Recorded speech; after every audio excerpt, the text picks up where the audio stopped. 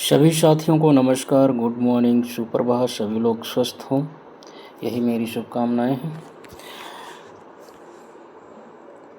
तो आज जो हम वीडियो लेके आए हैं ये है मुग़लकालीन शासन व्यवस्था। तो मुग़लकालीन शासन व्यवस्था है और इसमें हम लोग जो है मुग़लकालीन जो है शासन व्यवस्था को देखेंगे, कला को देखेंगे। तो आइए शुरू करते हैं। पहला क्वेश्चन है आज का, काजी उल कजात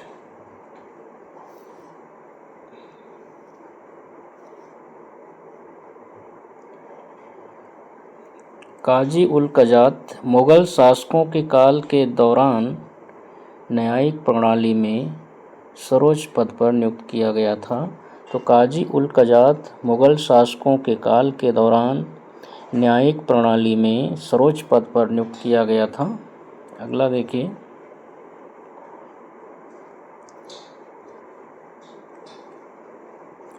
मुग़ल काल में जब्त जमीन की पैमाइश से संबंधित था। जो जब्त था ये जमीन की पैमाइश से संबंधित था।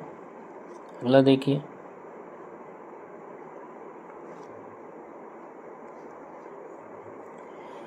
मुग़ल कालीन भारत की शहरी आबादी 1601 ईस्वी के लगभग 15% थी।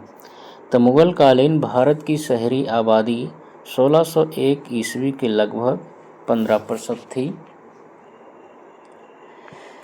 अगला देखिए, मुग़ल काल में खेतिहर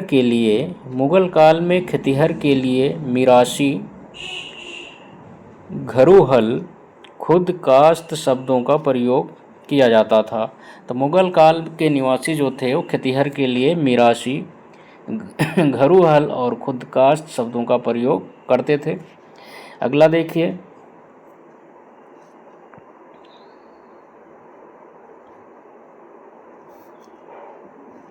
तो तबीब जो है ये तबीब जो है ये चिकित्सक होता था। तो तबीब चिकित्सक होता था, चिकित्सा से संबंधित है। अगला देखिए, मुग़ल काल में जो बक्काल ये अन्य धान व्यापारी होता था, जो बकाल कहते थे। अगला देखिए, मुग़ल काल में जो कुलकर्णी था ये ग्राम लेखाकार होता था। कुलकर्णी एक ग्राम लेखाकार होता था। अगला देखिए,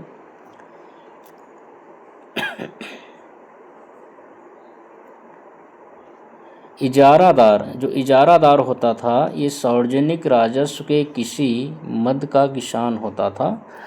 तो इजारादार सार्वजनिक राजस्व के किसी मद का किसान होता था। अगला देखिए, बलूतेदार। तो बलूतेदार शब्द का उपयोग सामाजिक श्रेणियों में सेवादार लोगों को निर्देशित करने के लिए होता था। तो बलूतेदार शब्द का उपयोग सामाजिक श्रेणियों में सेवादार लोगों को निर्देशित करने के लिए होता था। तो सामाजिक श्रेणियों में जो सेवादार लोग होते थे उन्हें बलूतेदार कहा जाता था। अगला देखिए,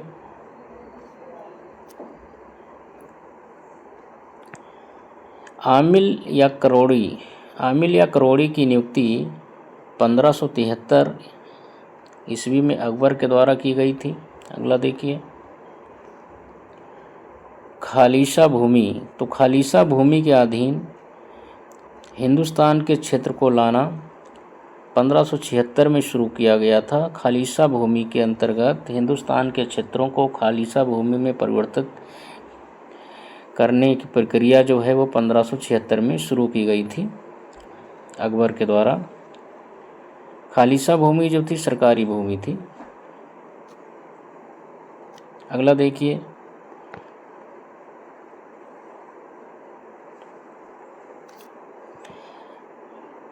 दस्तूरुल अमल के अंतर्गत भूमि का समूहन 1580 ईस्वी में किया गया था। तो दस्तूरुल अमल के अंतर्गत भूमि का जो समूहन था 1580 में किया गया था। तो दस्तूरुल अमल के अंतर्गत भूमि का समूहन 1580 ईस्वी में किया गया था। अगला देखिए,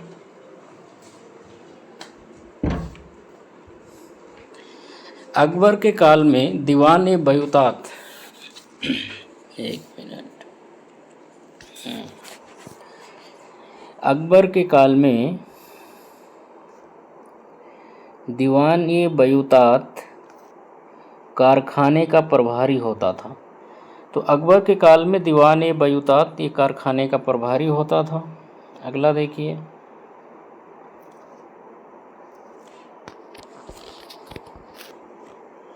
दरबार में, मुग़ल दरबार में मीर-ए-तुज़क जो अधिकारी होता था, तो मीर-ए-तुज़क अधिकारी का काम धर्मानुष्ठान, इसे धर्मानुष्ठान अधिकारी कहा जाता था। तो मुग़ल राज दरबार में मीर-ए-तुज़क धर्मानुष्ठान अधिकारी होता था। अगला देखिए,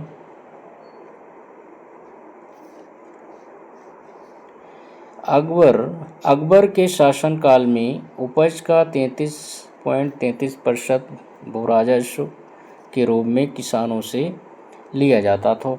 तो अकबर के शासनकाल में उपज का जो है 33.33% भू-राजस्व के रूप में किसानों से लिया जाता था। तो इसे इस प्रकार से भी लिख सकते हैं, ठीक है, 33.33% भू-राजस्व के रूप में किसानों से लिया जाता था। अगला देखिए,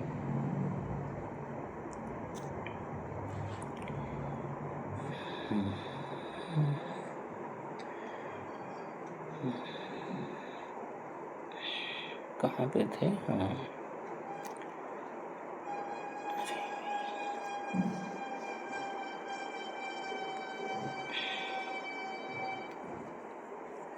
16 नंबर का देखिए, 16 नंबर पे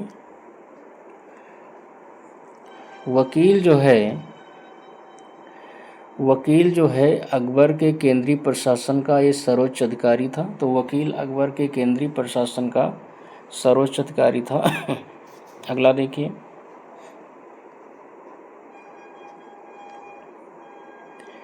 अकबर के शासनकाल के 8वें वर्ष में दीवान-ए-वज़ीरात-ए-कुल का नया पद सृजित किया गया था। तो अकबर अपने शासनकाल के 8वें वर्ष में दीवान-ए-वज़ीरात-ए-कुल का एक नया पद सृजित किया था। अगला देखिए,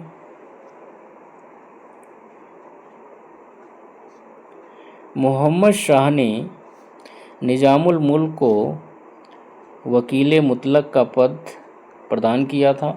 तो मोहम्मद शाह ने निज़ामुल मुल्क को वकील मुतलक का पद प्रदान किया था। अगला देखिए, मोहम्मद शाह ने चिनकिलिज खां को निज़ाम उल मुल्क और आसफ जाह की उपाधि प्रदान की थी।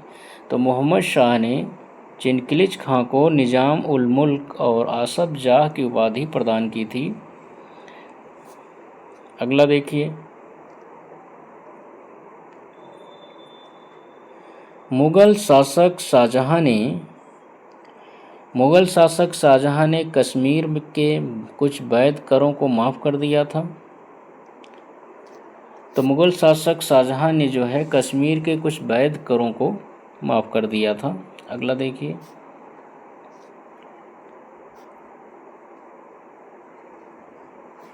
मुग़ल प्रशासन में मीर आतिश क्या था? ये दरोगा, ये तोपखाना होता था। तो मुग़ल प्रशासन में मीर आतिश दरोगा ये तोपखाना के नाम से जाना जाता था। अगला देखिए,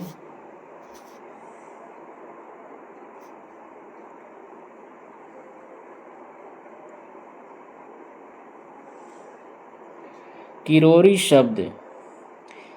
शब्द या करोड़ी अकबर की प्रशासनिक व्यवस्था में ये राजस्व अधिकारी के लिए प्रयुक्त किया जाता था। किरोरी या से करोड़ी, है ना।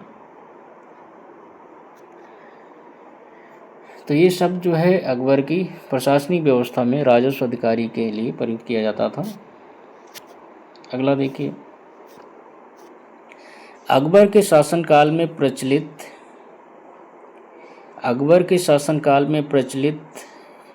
एक दाम दशमलव मुद्रा के 2 पैसे के बराबर था। तो अकबर के शासनकाल में प्रचलित एक दाम दशमलव मुद्रा में 2 पैसे के बराबर था। अगला देखिए, पैबाकी। तो पैबाकी शब्द से तात्पर्य क्या था? भूमि। पैबाकी जो है ये भूमि होती थी। अगला देखिए, मनसबदारों हेतु माहवार वेतन प्रथा। मनसबदारों हेतु माहवार वेतन प्रथा का प्रारंभ शाहजहां के शासनकाल में हुआ था। तो मनसबदारों हेतु माहवार वेतन प्रथा का प्रारंभ शाहजहां के शासनकाल में हुआ था। अगला देखिए,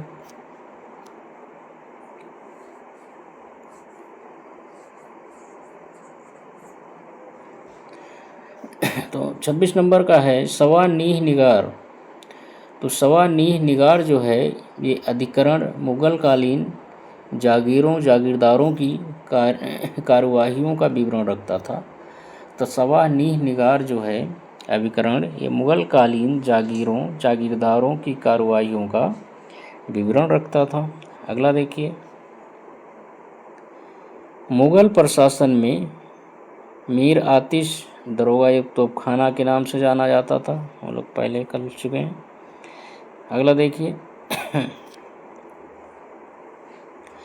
मुगल काल में गृह विभाग का प्रधान अधिकारी खाने शामा होता था। तो मुगल काल में गृह विभाग का प्रधान अधिकारी खाने शामा होता था। अगला देखिए, मुगल शासन के अंतर्गत मीर बख्शी का कार्य सैन्य प्रशासन था।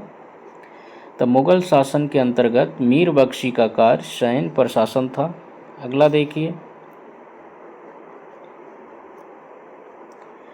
मुगल काल में मीर बख्शी सैन्य एवं प्रशासनिक अधिकारी दोनों होता था। तो मुगल काल में जो मीर बख्शी था यह सैन्य और प्रशासनिक अधिकारी दोनों कार्य करता था। अगला देखिए, मीर बख्शी जो है इस सरखत नामक प्रमाण पत्र पर हस्ताक्षर करके सैनिकों का मासिक वेतन निर्धारित करता था।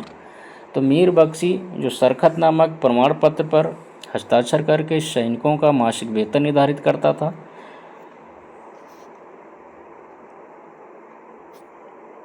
और वेतन बांटने या वितरण का कार्य दीवानी तन करता था। अगला देखिए,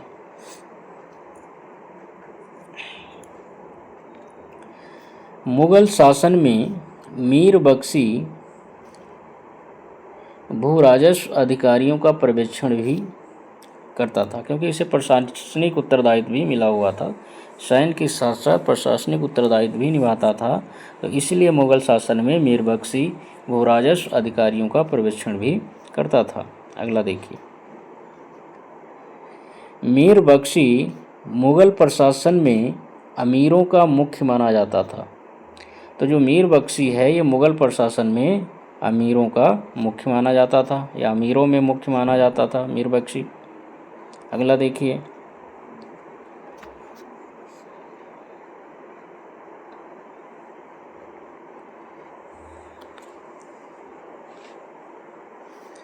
मुगल प्रांतीय प्रशासनिक व्यवस्था की पारस्परिक नियंत्रण एवं शक्ति संतुलन के अंतर्गत वजीर अधिकारी सूबेदार पर नियंत्रण रखता था। तो मुगल प्रांतीय प्रशासनिक व्यवस्था की पारस्परिक नियंत्रण एवं शक्ति संतुलन के अंतर्गत जो वजीर होता था यह सूबेदार पर नियंत्रण रखता था। अगला देखिए, अकबर ने 1586 ईस्वी में सूबों में एक नया परिवर्तन करके एक नया दीवान पद सर्जित किया था जो सूबेदारों की शक्ति पर नियंत्रण रखता था। अकबर ने 1586 में सूबों में एक नया परिवर्तन किया और एक नया दीवान पद सर्जित किया जो सूबेदारों की शक्ति पर नियंत्रण रखता था।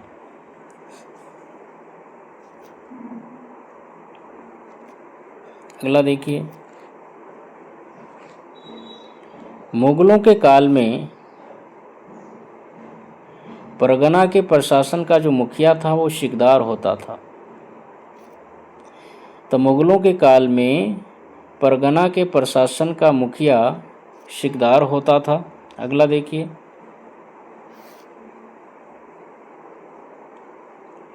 परगना या महाल, तो परगना या महाल के प्रशासन का प्रभारी अधिकारी सिकदार होता था।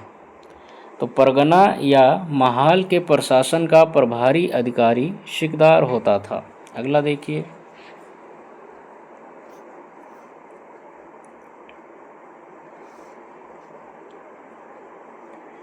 मुगल काल में निर्धारित भू राजस्व जमा सदैव ही वास्तविक वसूली हासिल से अधिक रहता था। तो मुगल काल में निर्धारित भू राजस्व जमा सदैव ही वास्तविक वसूली हासिल से अधिक रहता था और इसका सर्वप्रमुख कारण भू राजस्व अधिकारी इसका सर्वप्रमुख कारण जो था, भू राजस्व अधिकारी राजस्व का गबन कर लेते थे।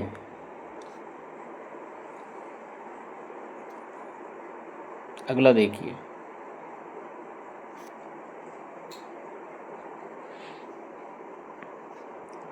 मुगल सेना के सैनिकों में जो अहदी सैनिक थे इनका वेतन सर्वाधिक होता था। तो मुगल सेना के सैनिकों में अहदी सर्वाधिक वेतनभोगी होता था। तो अहदी का जो वेतन है सबसे ज़्यादा होता था। अगला देखिए, जात, सबर, मसरूत ये मनसबदार की हैसियत रखते थे। तो जात, सबर, मसरूत जो है ये मनसबदार की हैसियत रखते थे। अगला देखिए, अकबर ने 1573 में बंगाल, बिहार, गुजरात को छोड़कर समस्त उत्तर भारत में करोड़ी नामक अधिकारियों की नियुक्ति की थी। तो अकबर ने 1573 में बंगाल, बिहार, गुजरात को छोड़कर समस्त उत्तर भारत में करोड़ी नामक अधिकारियों की नियुक्ति की थी। अगला देखिए, मुगल नौसेना का सेनापति अमीर ए बहर होता था। तो मुगल नौसेना का जो सेनापति है अमीर ए बहर होता था। अगला देखिए,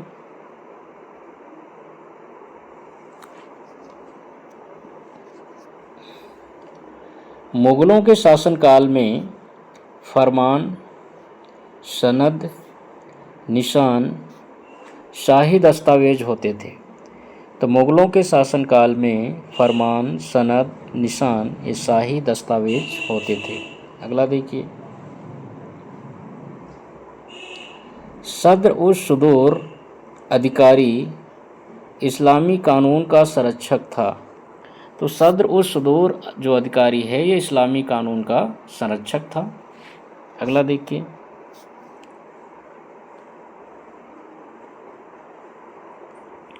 मुहतसिब जो है ये जन आचरण निरीक्षण विभाग का प्रधान था। तो मुहतसिब नामक अधिकारी ये जन आचरण निरीक्षण विभाग का प्रधान था। आगे देखिए,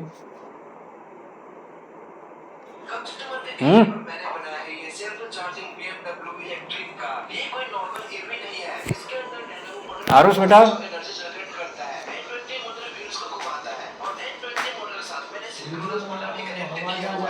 चलो बंद करो उस कमरे में जाओ। आरुष बेटा उस कमरे में जाओ यार, मोबाइल नहीं चलाओ, पढ़ाने दो मुझे। क्या कह रहे हो? अरे ठीक है, जाओ, बाद में बात करेंगे।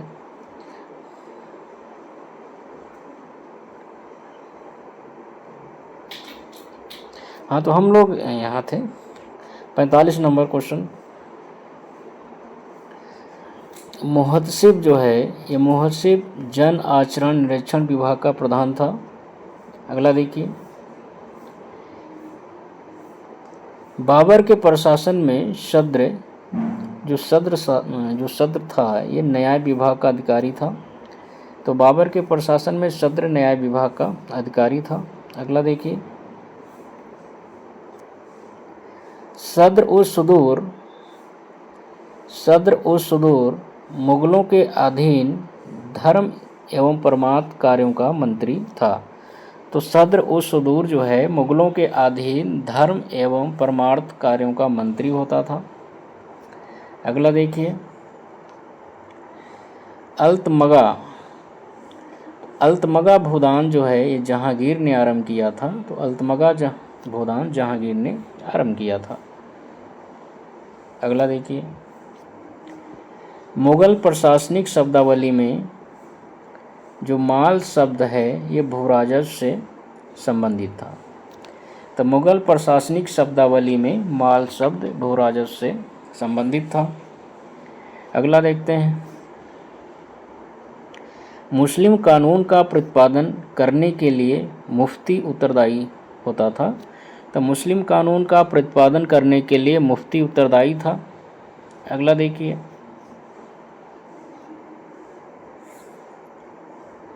वे अमीर जिनके पूर्वज मुगल शासन में पहले से ही सेवारत थे, वे अमीर जिनके पूर्वज मुगल शासन में पहले से ही सेवारत होते थे खानजादा कहलाते थे। तो वो अमीर जिनके पूर्वज मुगल शासन में पहले से ही सेवारत होते थे खानजादा कहलाते थे। अगला देखिए, तनब जो है भूमि माप के लिए प्रयुक्त लोहे के कड़ों से युक्त बांस की छड़ होती थी। तो तनब जो है भूमि माप के लिए प्रयुक्त लोहे के कड़ों से युक्त बांस की छड़ होती थी, उसे तनब कहते थे। अगला देखिए, बेग। तो बेग जो है, बेग शब्द जो है ये मंगोल परंपरा में अमीरों के लिए प्रयुक्त किया जाने वाला शब्द था। अगला देखिए, मनसब। ये मनसब ओहदा होता था। मनसब जो है ये ओहदा पद होता था। अगला देखिए 55 नंबर का, तकावी। तो तकावी क्या था? ये सरकार द्वारा किसानों को दी गई पेशगी रकम होती थी। तो तकावी जो है सरकार द्वारा किसानों को दी गई पेशगी रकम होती थी, जैसे कि तकावी ऋण है ना। तकावी ऋण जो है मोहम्मद बिन तुगलक ने किसानों को दिया था। तो तकावी जो है सरकार द्वारा किसानों को दी गई पेशगी ऋण के रूप में होता था। अगला देखिए, खूब। तो खूब जो है ये भी खूब जो है ये गांव का राजस्व वसूल करने वाला अधिकारी होता था। खूब गांव का राजस्व वसूल करने वाला अधिकारी होता था। अगला देखिए,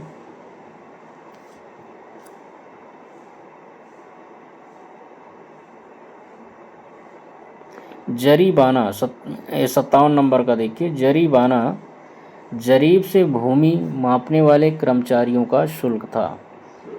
तो जो जरीबाना था ये जरीब से भूमि मापने वाले कर्मचारियों का शुल्क होता था।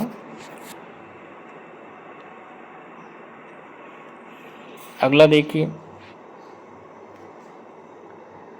5000 से 2500 से कम की जात वाले मनसबदारों को अमीर कहा जाता था। तो 5000 से 2500 से कम की जात वाले मनसबदारों को अमीर कहा जाता था। तो 500 से 2500, 500 से 2500 से कम की जात वाले मनसबदारों को अमीर कहा जाता था। अगला देखिए, 1605 ईस्वी में मुग़ल सूबों की कुल संख्या 15 थी। तो 1505 ईस्वी में मुग़ल सूबों की कुल संख्या 15 थी। अगला देखिए, अकबर अपने शासनकाल के 24वें वर्ष में अपने साम्राज्य को सूबों में विभाजित किया था। तो अकबर अपने शासनकाल के 24वें वर्ष में अपने साम्राज्य को सूबों में विभाजित किया था। अगला देखिए,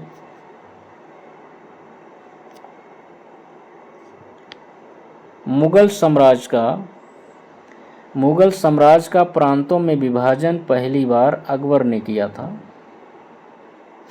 तो मुग़ल साम्राज्य का प्रांतों में विभाजन पहली बार अकबर ने किया था। अगला देखिए 62 नंबर, भारतीय शासक मराठों द्वारा प्रशासन प्रणाली में मैतरफा जाकत नामक सीमा शुल्क लगाया था। तो भारतीय शासक मराठों द्वारा जो है प्रशासन प्रणाली में मैतरफा और जाकत नामक सीमा शुल्क लगाया गया था। तो मैतरफा और जाकत नामक सीमा शुल्क जो है मराठी वसूल करते थे। अगला देखिए 63 नंबर,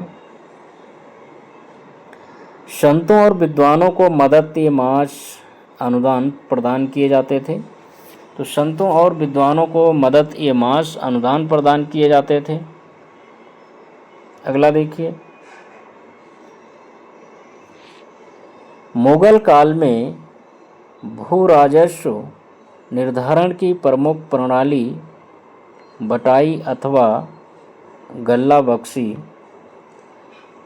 थी, जिसे भावोली भी कहा जाता था। तो मुग़ल काल में भू राजस्व निर्धारण की जो प्रमुख प्रणाली थी वो बटाई अथवा गल्ला बख्शी थी, जिसे भावोली भी कहा जाता था। अगला देखिए,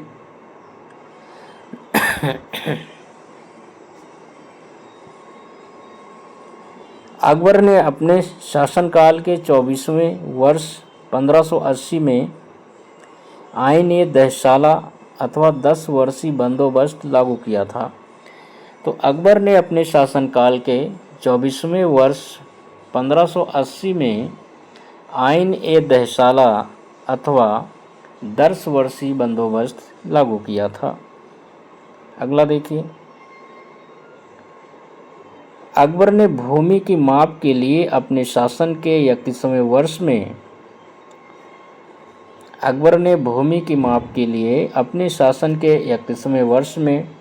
1586-87 में इलाही गज 41 अंगुल या 33 इंच का प्रयोग आरंभ किया था। तो अकबर ने भूमि की माप के लिए अपने शासन के 31वें वर्ष में 1586-87 में इलाही गज 41 अंगुल या 33 इंच का प्रयोग किया था, जिसे सिकंदरी गज के स्थान पर इससे प्रयोग किया गया था। अगला देखिए 67 नंबर का, विश्व प्रसिद्ध कोहिनूर हीरे को गोलकुंडा खदान से प्राप्त किया गया था। तो विश्व प्रसिद्ध कोहिनूर हीरे को गोलकुंडा खदान से प्राप्त किया गया था। अगला देखिए,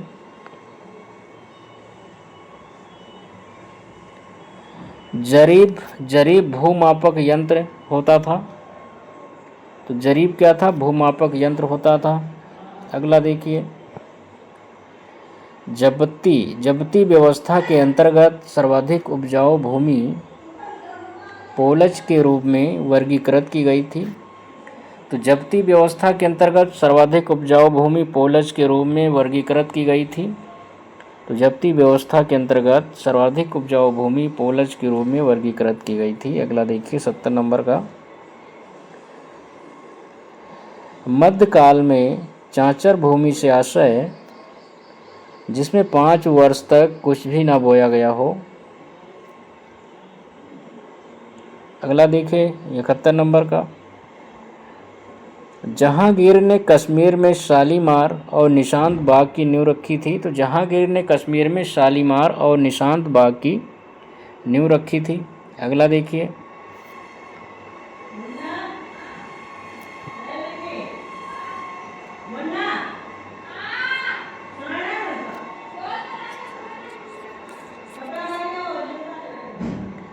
मुगल वंश की ताजमहल इमारत के डिजाइन और वास्तुकला से उस्ताद ईसा संबंधित था। तो मुगल वंश की ताजमहल इमारत के डिजाइन और वास्तुकला से उस्ताद ईसा संबंधित था। अगला देखिए, औरंगजेब बीड़ा का एक कुशल वादक था। तो औरंगजेब बीड़ा का एक कुशल वादक था। अगला देखिए, आगरा और फतेहपुर सीकरी दोनों लंदन से बड़े हैं, यह कथन राल्फ फिच का है। तो आगरा और फतेहपुर सीकरी दोनों लंदन से बड़े हैं, यह कथन राल्फ फिच का है। अगला देखिए, शालीमार बाग जहांगीर ने बनवाया था। अगला देखिए, शाहजहां ने कश्मीर में निशांत बाग और चश्मा-ए-शाही उद्यान लगवाया था। तो शाहजहां ने कश्मीर में निशांत बाग और चश्मा-ए-शाही उद्यान लगवाया था। अगला देखिए, औरंगजेब का मकबरा भारत के महाराष्ट्र राज्य के खुलदाबाद में स्थित है। तो औरंगजेब का मकबरा भारत के महाराष्ट्र राज्य के खुलदाबाद में स्थित है। अगला देखिए,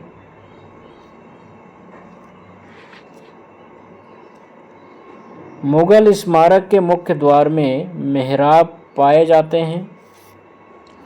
तो मुगल स्मारक के मुख्य द्वार में मेहराब पाए जाते हैं। अगला देखिए,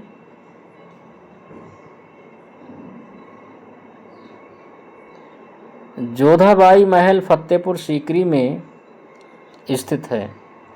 तो जोधाबाई महल जो है वो फतेहपुर सीकरी में स्थित है। अगला देखिए, मुगल काल में चित्रकला का जो प्रारंभ है हुमायूं ने किया था। तो मुगल काल में चित्रकला का प्रारंभ हुमायूं ने किया था। अगला देखिए,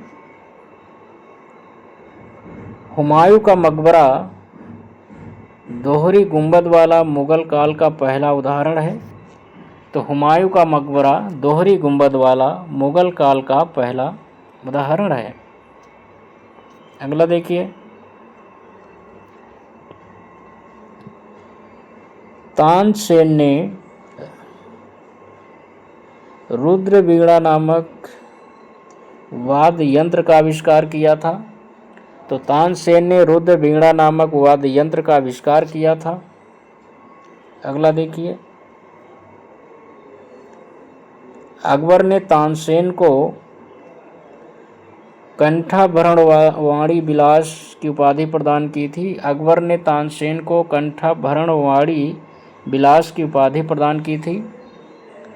तो अकबर ने तानसेन को कंठाभरण वाणी विलास की उपाधि प्रदान की थी। तानसेन का जो बचपन का नाम था रामतनु पांडे था। तो इनके बचपन का नाम, तानसेन के बचपन का नाम रामतनु पांडे था। रामतनु पांडे। अगला देखिए, अकबर का मकबरा जहांगीर के शासनकाल में निर्मित हुआ था। अगला देखिए, अकबर का मकबरा जो है सिकंदरा में स्थित है। अगला देखिए, अकबर ने सिकंदरा का नाम बहिस्ताबाद रखा था। तो अकबर ने सिकंदरा का नाम बहिस्ताबाद रखा था। अगला देखिए, मुगल काल में एतमादुद्दौला का मकबरा पहली इमारत है जो पूर्णतः संगमरमर से बनी है और इसका निर्माण जो है नूरजहां ने करवाया था। अगले क्वेश्चन देखिए, तो आगरा का एतमादुद्दौला मकबरा, इसका निर्माण नूरजहां ने करवाया था जो आगरा में है। एतमादुद्दौला ये नूरजहां के पिता थे। अगला देखिए,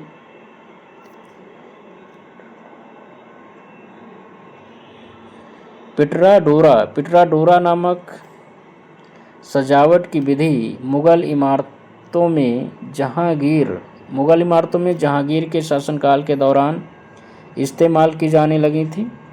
तो पिटरा डोरा नामक सजावट की विधि मुगल इमारतों में जहांगीर के शासनकाल के दौरान इस्तेमाल की जाने लगी थी।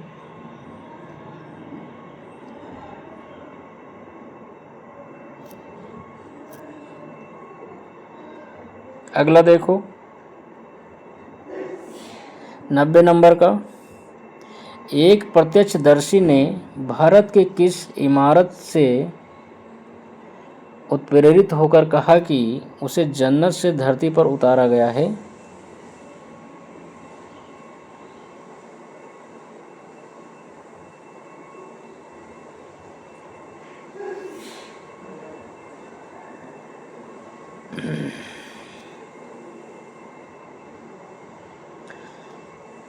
चलिए इसे छोड़ देते हैं, अगला देखते हैं 91 का।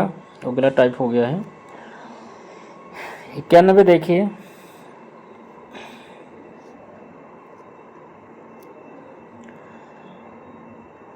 सासाराम में जो है शेरशाह, सासाराम बिहार में शेरशाह का मकबरा स्थित है। तो सासाराम बिहार में शेरशाह का मकबरा स्थित है।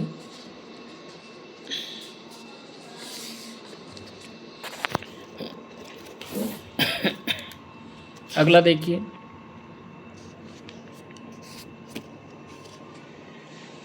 पर्सी ब्राउन ने 92 का देखिए, पर्सी ब्राउन ने मुगल काल को भारतीय वास्तुकला का ग्रीष्म काल माना है, जो प्रकाश और उर्वरक का प्रतीक माना जाता है। तो पर्सी ब्राउन ने मुगल काल को भारतीय वास्तुकला का ग्रीष्म काल माना है, जो प्रकाश और उर्वरता का प्रतीक माना जाता है। तो पर्सी ब्राउन ने माना है।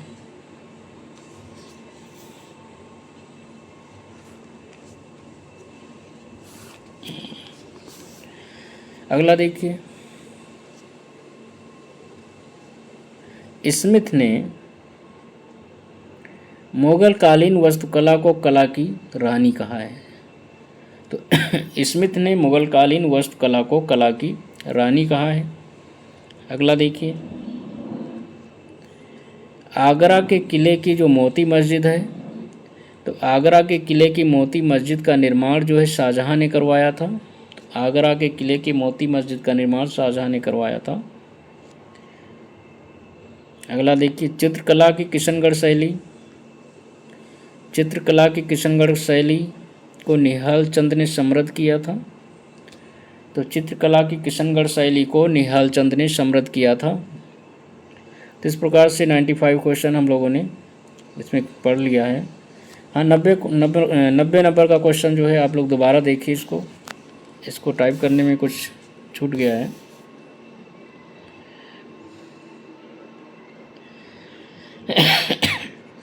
हाँ 90 नंबर का है, ये कहता है, इस क्वेश्चन में कहा गया कि एक प्रत्यक्षदर्शी भारत के किस इमारत से उत्प्रेरित होकर कहा था कि उसे जन्नत से धरती पर उतारा गया है।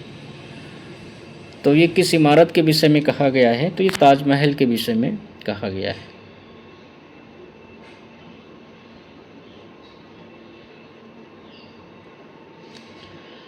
ठीक है, तो एक प्रत्यक्षदर्शी ने भारत के ताजमहल इमारत से उत्प्रेरित होकर कहा था कि उसे जन्नत से धरती पर उतारा गया है। तो ताजमहल के विषय में कहा गया था। तो इस प्रकार से हम लोगों ने 95 क्वेश्चन मुगल प्रशासन और कला से पढ़ लिए हैं। देखने के लिए धन्यवाद। अगर वीडियो आपको अच्छी लगती है तो आप लाइक करें, शेयर करें और सब्सक्राइब करें। मिलते हैं नेक्स्ट अगली वीडियो में।